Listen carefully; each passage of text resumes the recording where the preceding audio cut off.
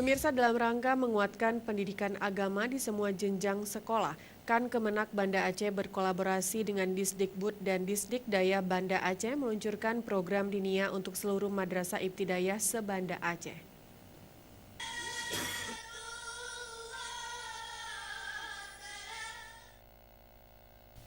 Program yang telah lebih dulu diterapkan di sekolah-sekolah umum yang ada di Banda Aceh sejak beberapa tahun yang lalu ini diluncurkan secara resmi oleh Wali Kota Banda Aceh Aminullah Usman di Min 1 Banda Aceh. Wali Kota Aminullah mengatakan program pendidikan dinia berupa penambahan jam pendidikan agama di luar kurikulum nasional tersebut sesuai dengan visi pemerintahannya.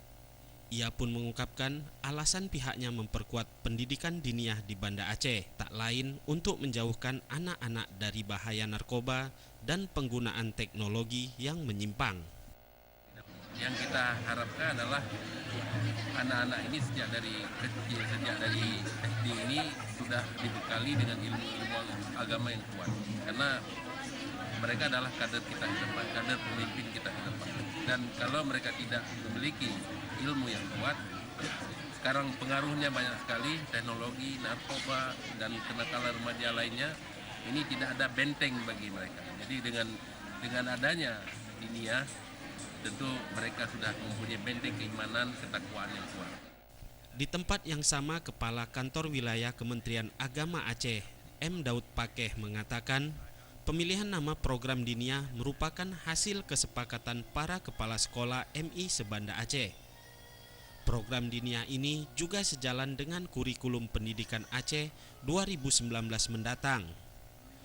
Peluncuran program diniyah untuk tingkat MI ini buah sinergisitas antara Kemenak dan Disdikbud serta Disdikdaya Banda Aceh. Peluncuran program diniyah Madrasah Ibtidaiyah se-Banda Aceh ditandai dengan penabuhan beduk dan penandatanganan prasasti oleh Wali Kota Aminullah dan para pejabat terkait. Mereka yang hadir antara lain Kepala Kantor Wilayah Kementerian Agama Aceh, Kepala Dinas Pendidikan Kebudayaan Banda Aceh, Kepala Dinas Pendidikan Dayah Banda Aceh, serta Kepala Madrasah Ibtidaiyah se-Banda Aceh. Tim Liputan Aceh TV.